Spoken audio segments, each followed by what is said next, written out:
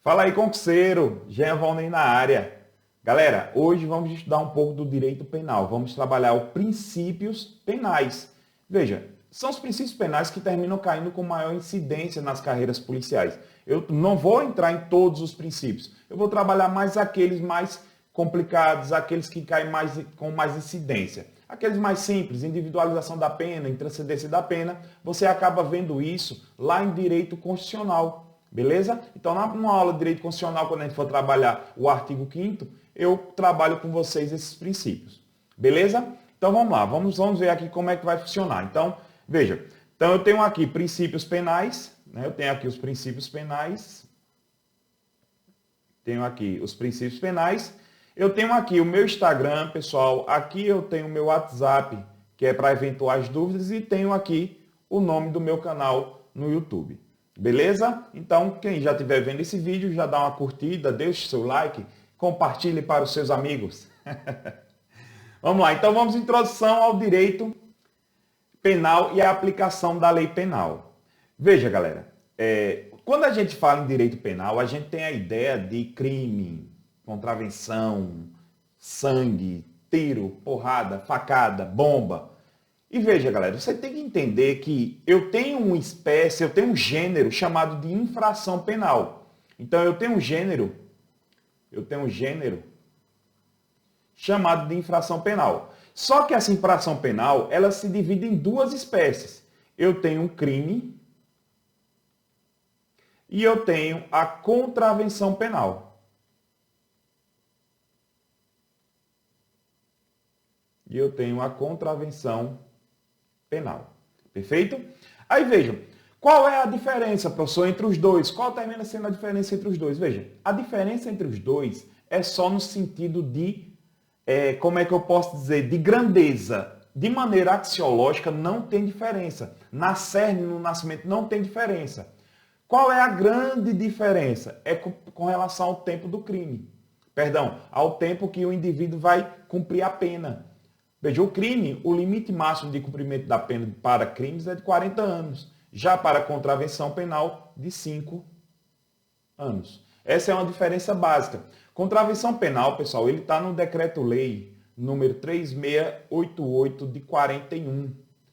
Termina, ainda hoje, alguns concursos de carreiras policiais ainda cobram a lei de contravenções penais. Apesar que você tem que entender que já está caindo um pouco de desuso essa cobrança, porque muitos das contravenções penais já foram revogadas, ou expressamente ou tacitamente. Por exemplo, tem contravenção penal sem lógica. Por exemplo, tem uma contravenção lá de vadiagem. Então, essa é a grande questão. Então, você tem que ter esse discernimento. Vejam, então, dentro desse contexto, eu tenho uma definição de princípio. Veja só, galera, você tem que entender que os princípios, eles inspiram a criação, a aplicação do direito penal. Eles servem de norte para, na realidade, o princípio, ele é um norte. O princípio, ele é uma direção. O princípio, ele é a base de uma disciplina. Ele é a base, é o alicerce. É o alicerce da disciplina. Ou seja, só é você pensar, todo operador do direito, todo o juiz, no caso concreto, ele vai ter que se basear nos princípios do direito penal, porque é a base. Se o legislador quiser criar uma lei penal, ele tem que respeitar esses princípios, porque ele termina sendo a base do direito. Por isso que a gente chama de alicerce. Perfeito? Aí vejam, dentro dessa ideia, eu não posso confundir as regras e os princípios. Veja, eu tenho um gênero chamado de normas. Eu tenho as normas. No nosso caso aqui, normas penais. Veja, essas normas, elas se dividem em duas. Elas se dividem entre regras, mas também elas se dividem em princípios. Pessoal, as regras são mandamentos determinados. São mandamentos determinados. Professor, como assim? Vamos dar um exemplo, lá no direito constitucional, quando a Constituição diz assim, que homens e mulheres são iguais em direitos e obrigações, eu tenho o quê? Eu tenho uma regra. A Constituição está dizendo, olha, a regra é essa, que homens e mulheres são iguais em direitos e obrigações. Só que eu tenho os princípios. Os princípios, eles determinam o alcance dessas regras. É por isso que na Constituição nós temos o quê? O princípio da igualdade. E o princípio da igualdade ele se divide em igualdade material e igualdade formal. A igualdade formal seria a regra. Já a igualdade material, eu tenho que o quê? Igualar os desiguais na medida de suas desigualdades. Apesar da nossa Constituição dizer que homens e mulheres são iguais em direitos e obrigações, eu tenho que sopesar essa igualdade. Vai ter determinados casos que eu não posso igualar os homens e mulheres. E foi exatamente isso que aconteceu. Nós temos vários exemplos no nosso ordenamento jurídico. Lei Maria da Penha, tempo de licença maternidade maior para as mulheres, foro privilegiado nas ações de divórcio e alimentos. Então entenda, galera, quando eu tenho um conflito entre duas regras, se eu tenho uma regra 1, ela está em conflito com a regra 2. Eu não posso utilizar as duas regras. Eu tenho que utilizar apenas uma. Então, o que acontece? No conflito entre duas regras, eu só posso utilizar uma regra apenas. Já nos princípios, como eles determinam o alcance dessas regras, se eu tiver um princípio 1 em conflito com o princípio 2, eu não posso eliminar os dois princípios. Eu vou ter que analisar o caso concreto para saber qual vai ser o princípio utilizado naquele caso concreto.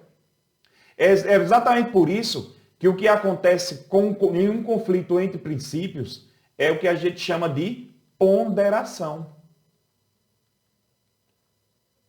O STF diz que no conflito entre dois princípios, eu tenho que me basear na ponderação. Ou seja, eu tenho que ponderar de acordo com o caso concreto. É mais ou menos assim, eu tenho que colocar em uma balança para analisar o caso concreto e saber qual vai ser o princípio que vai sobressair. Entenda, ele vai sobressair e não ser superior, porque não existe hierarquia entre os princípios. Já com relação às regras, tem sim hierarquia. É o que a gente vai ver lá no conflito aparente de normas. Perfeito? Vamos lá, então vamos aqui para o nosso primeiro princípio. Eu tenho aqui o princípio da reserva legal ou da estrita legalidade. Eu tenho uma crítica, pessoal, muito relevante com relação a isso, que muita gente chama esse princípio da reserva legal ou da estrita legalidade como o princípio da legalidade. Alguns professores ensinam que é o princípio da legalidade. E você pode se perguntar assim, ô professor, por que não é o princípio da legalidade? Veja, a nossa Constituição, lá no artigo 5º, ele fala do princípio da legalidade lá no artigo 5º, inciso 2, que diz que ninguém é obrigado a fazer ou deixar de fazer alguma coisa senão em virtude de lei. Esse sim é o princípio da legalidade.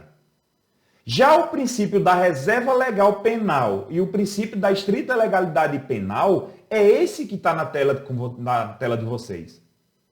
É o artigo 5º, inciso 39. Veja, o legislador ele não ia perder tempo em dizer trabalhar dois princípios da legalidade no mesmo artigo. Não. O princípio da legalidade é aquele que está lá no inciso 2 e o princípio da estrita legalidade ou da reserva legal é o que está no inciso 39. Então, entenderam qual é a diferença entre os dois? Veja, eu até trouxe aí, ó. Veja, no artigo 5º, inciso 39, ele fala assim, ó, não há crime sem lei anterior que o defina, nem há pena sem prévia cominação legal. Veja, Quando esse artigo 5º ele diz que não há crime sem lei anterior que o defina, aqui ele está se referindo ao princípio da legalidade, perdão, princípio da anterioridade.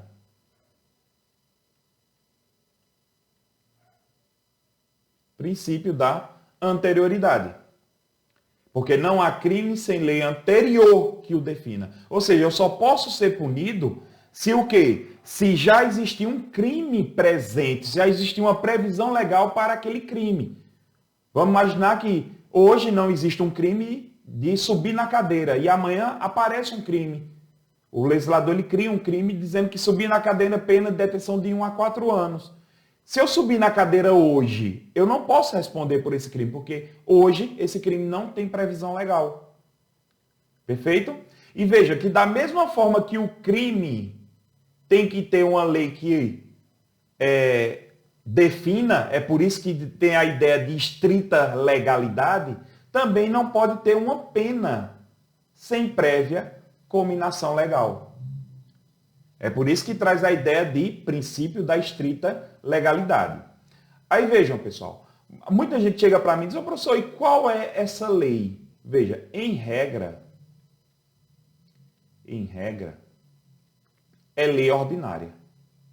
Em regra, é lei ordinária. A lei que cria crimes, em regra, é a lei ordinária. Mas nada impede que uma lei complementar crie crime. Mas, em regra, o legislador termina preferindo trabalhar com a lei ordinária, porque é uma lei que precisa de um quórum de votação menor. Perfeito? Aí vejam, no artigo 1º, lá do Código Penal, ele traz a mesma redação. E quando eu já vou ao Código Penal, eu tenho que ter ideia que quando o Código Penal e também a Constituição se refere a crime, eu tenho que incluir nesse conceito aqui o conceito de contravenção penal. Eu tenho que trazer o conceito de contravenção penal. Por que isso? Porque nós vimos que a infração penal ela é dividida entre contravenção e crime. E quando ele fala que não há pena também aqui no artigo 1º, eu tenho que incluir também as medidas de segurança. Eu tenho que incluir também as medidas de segurança. Perfeito? Então, também vou ter que incluir as medidas de segurança nesse caso, que as medidas de segurança são aquelas penas, entre aspas, aplicadas aos inimputáveis. Tranquilo, galera?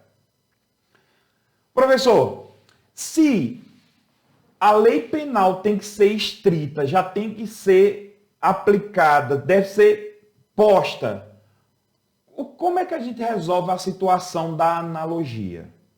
Veja, galera, a analogia é uma forma de integração da lei penal.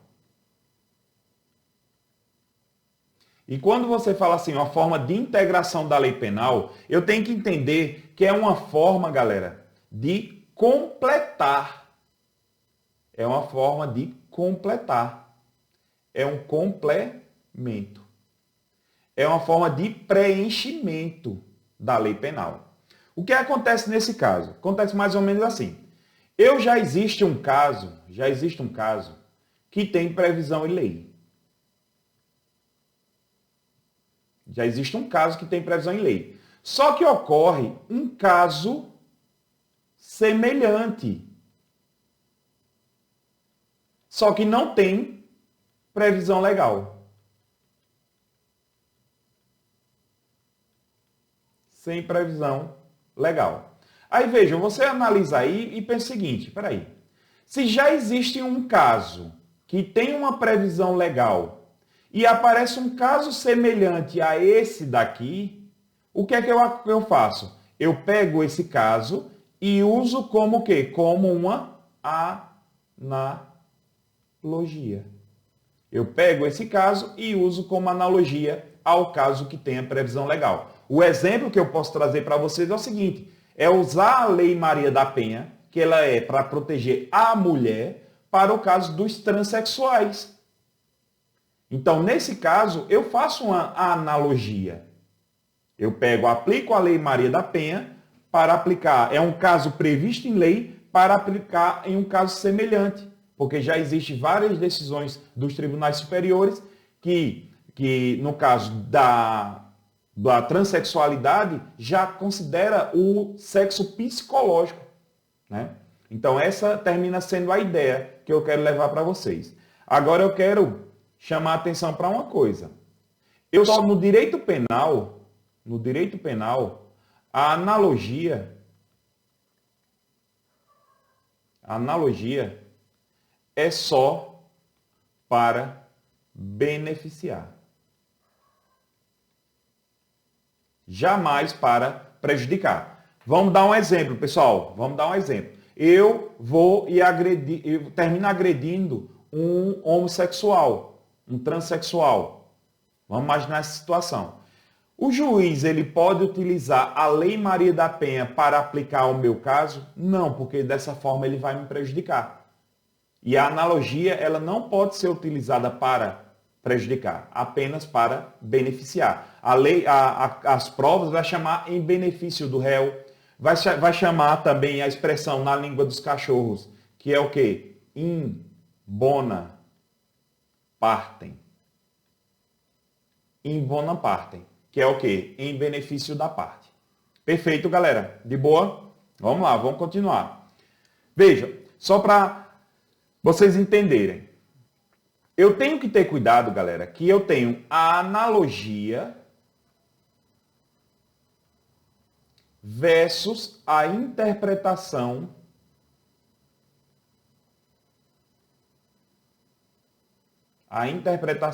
analógica. Veja, a analogia a gente viu que pode ser utilizada só para beneficiar. Já a interpretação analógica, ela serve tanto para benefício como para malefício. Tanto para malefício. Professor, e o que seria a interpretação analógica? Veja, enquanto a analogia é uma forma de integração, é uma forma de completar uma lacuna que a lei deixou, a interpretação analógica é uma maneira de interpretar a lei. Um exemplo acontece o seguinte: eu dou uma situação, um fato casuístico, eu dou várias situações casuísticas, e ao final eu apresento uma situação genérica que leva a remeter essa ideia dos casos casuísticos. Vamos lá. Eu gosto muito de utilizar o artigo 121, parágrafo 2º, para mostrar para o aluno o que seria a interpretação analógica. Veja, artigo 121, matar alguém, reclusão de 6 a 20 anos, de boa. Parágrafo 2º, homicídio qualificado. Veja, se o homicídio é cometido com veneno, olha só, primeiro caso, com fogo, segundo caso, explosivo, terceiro caso, asfixia, quarto, tortura, quinto. Veja, a lei trouxe 5 fórmulas casuísticas: veneno, fogo, explosivo, asfixia e tortura. Só que pode acontecer, como o legislador não pode prever todos os casos, ele termina apresentando uma fórmula genérica. Então é por isso que ele, no final, ele faz isso. Se tiver com emprego de fogo, veneno, explosivo, asfixia e tortura, aí ele coloca ou outro meio insidioso ou cruel. Então, essa parte que eu marquei de amarelo é exatamente o quê? A interpretação analógica. Porque o legislador não tem como prever todos os meios insidiosos, todos os meios cruéis. Então, ele termina apresentando uma fórmula genérica. E se, por acaso, no caso concreto, surgir outro meio insidioso, o juiz pode aplicar se utilizando da interpretação analógica. Perfeito? Ficou claro? Tranquilo? Então, vamos seguir. Vamos agora aqui, galera, entrar nas normas penais em branco. Normas penais em branco. Veja, quando eu tenho uma norma penal em branco, galera, eu tenho que entender uma coisa. Às vezes, a lei, ela não deixa lacuna. Ela fica necessitando de um complemento. Veja, e não é uma lacuna, é um complemento. Fica uma expressão vaga. E você termina parando pensando assim, peraí, o que é que a lei está querendo se referir? Vou dar um exemplo, só para a gente começar aqui nossa conversa. Quando a lei diz assim, transportar, ter em depósito, trazer consigo drogas. A lei de drogas, ela não diz o que é droga. Ela não fala o que é droga. Ela só fala droga. Aí eu pergunto a vocês, e o que é droga? Você não sabe o que é droga. Então é por isso que eu tenho a palavra droga é uma norma penal em branco, porque ela precisa de outro complemento para dizer o que é droga. E isso o Ministério da Saúde fez lá na Secretaria de Vigilância Sanitária com a portaria 344, que diz o seguinte, que droga é tudo aquilo que é previsto nessa portaria de número 344. E lá vai estar cloreto de etila, tetrahidrocannabinol e entre outros produtos que são considerados drogas. Beleza? Então a norma penal em branco é exatamente isso. É uma norma que ela não deixa lacuna, eu quero deixar bem claro isso. Mas ela fica faltando um complemento. Eu não sei o que significa. Eu tenho que buscar outra norma. E veja, olha aí, ó, são quando as normas penais precisam, aqui foi um lápis aqui, né? Eu até apagar aqui, precisam, aqui foi meu estagiário, viu? Precisam de um complemento. Foi o corretor ou foi o estagiário? Foi um dos dois. A culpa não foi minha, não. Precisam de um complemento. Veja, e quais são elas? Eu tenho aqui as normas penais em branco. As normas penais em branco, elas se dividem em normas penais heterogêneas. Lembre-se, hétero significa diferente. É a primeira coisa. E eu tenho as homogêneas, iguais. As normas penais em branco, as heterogêneas, é quando eu tenho uma esfera legislativa, a nascente legislativa é outra. Veja só. Só para que vocês entendam. Eu tenho a lei 11.343 de 2006, que é a lei de drogas.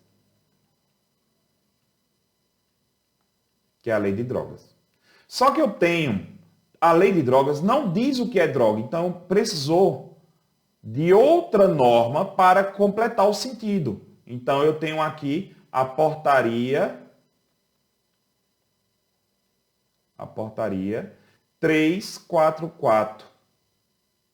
E veja, enquanto a lei de drogas foi feita pelo poder legislativo, a portaria foi feita pelo poder executivo. Então eu tenho aí esferas jurídicas, nascentes jurídicas distintas. É o que a gente chama de instâncias jurídicas. São instâncias diferentes.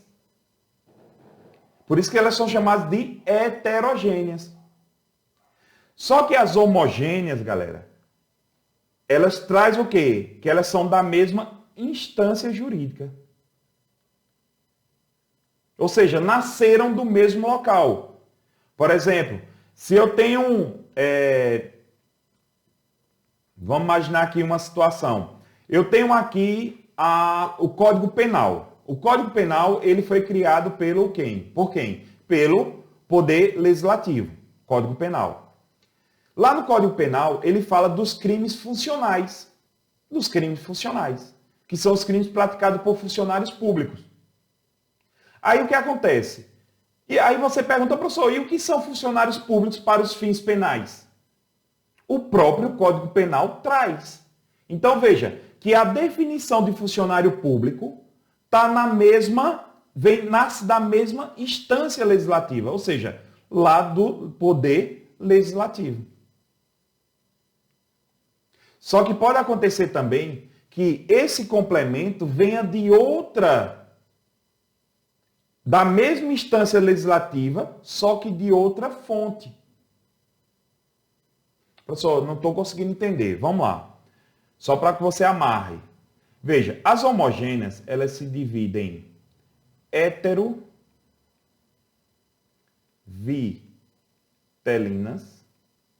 heterovitelinas e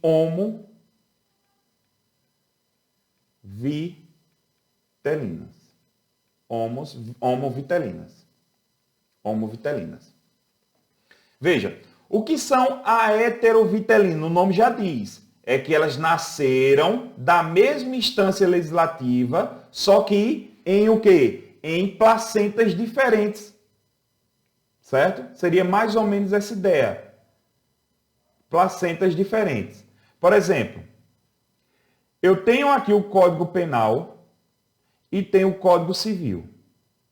Todos dois nasceram da mesma instância legislativa, qual seja, Poder Legislativo. Só que no Código Penal eu trago os crimes relacionados ao casamento.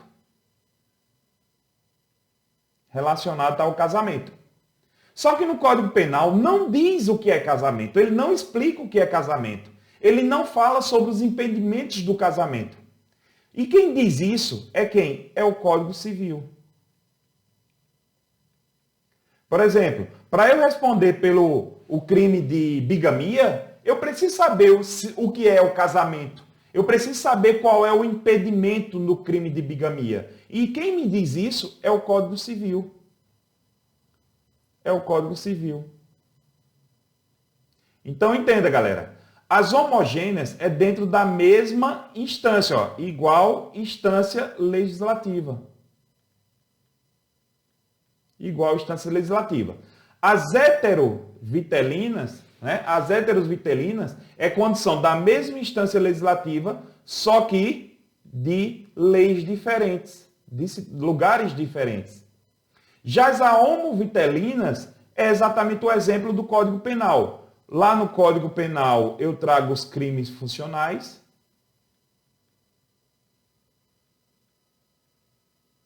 Os crimes funcionais. Mas também no Código Penal eu trago o conceito de funcionário público. O conceito de funcionário público. Perfeito?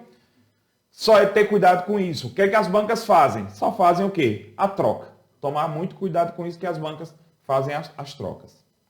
Vamos lá, vamos continuar. Princípio da irretroatividade da lei penal.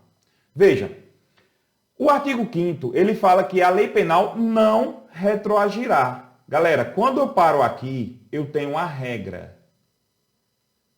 Só que eu tenho como exceção que diz o quê? Só para beneficiar o réu. Então, veja só, a lei penal, ela é aquela que ela é utilizada na data do fato. Eu sempre tenho que usar como regra a lei penal da data do fato.